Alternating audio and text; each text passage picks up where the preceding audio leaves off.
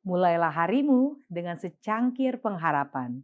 Hanya di YouTube channel Secangkir Pengharapan.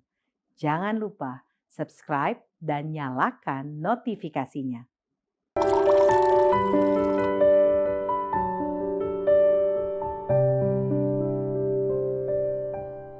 Shalom pemirsa, secangkir pengharapan untuk mengawali hari ini. Upah di surga. Berbahagialah kamu jika karena aku kamu dicela dan dianiaya, dan kepadamu difitnahkan segala yang jahat.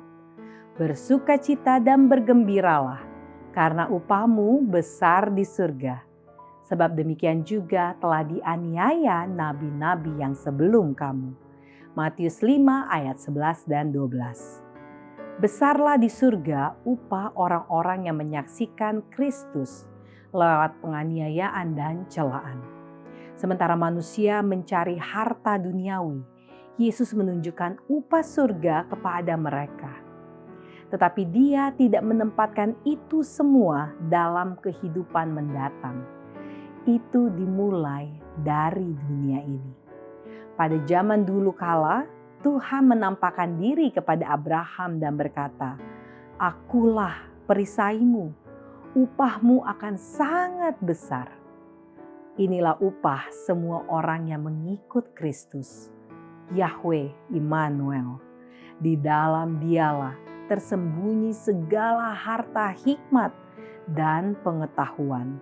Dalam Dialah berdiam secara jasmania seluruh kepenuhan kealahan, supaya simpati kepadanya, supaya mengenalnya, supaya memilikinya, apabila hati semakin dibukakan untuk menerima sifat-sifatnya, untuk mengetahui kasih dan kuasanya, untuk memperoleh kekayaan Kristus yang tak terselidiki itu, untuk lebih memahami betapa lebarnya dan panjangnya dan tingginya dan dalamnya kasih Kristus, dan dapat mengenal kasih itu sekalipun ia melampaui segala pengetahuan.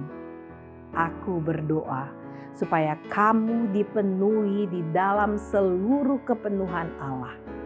Inilah yang menjadi bagian hamba-hamba Tuhan dan kebenaran yang mereka terima daripadaku. Demikianlah firman Tuhan.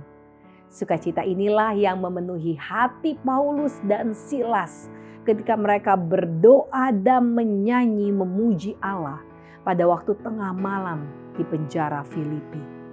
Kristus di samping mereka dalam penjara, dan cahaya kehadirannya menyinari kegelapan dengan kemuliaan istana surga.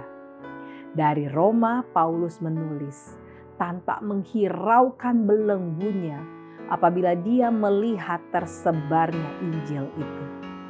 Tentang hal itu aku bersuka cita, dan aku akan tetap bersuka cita.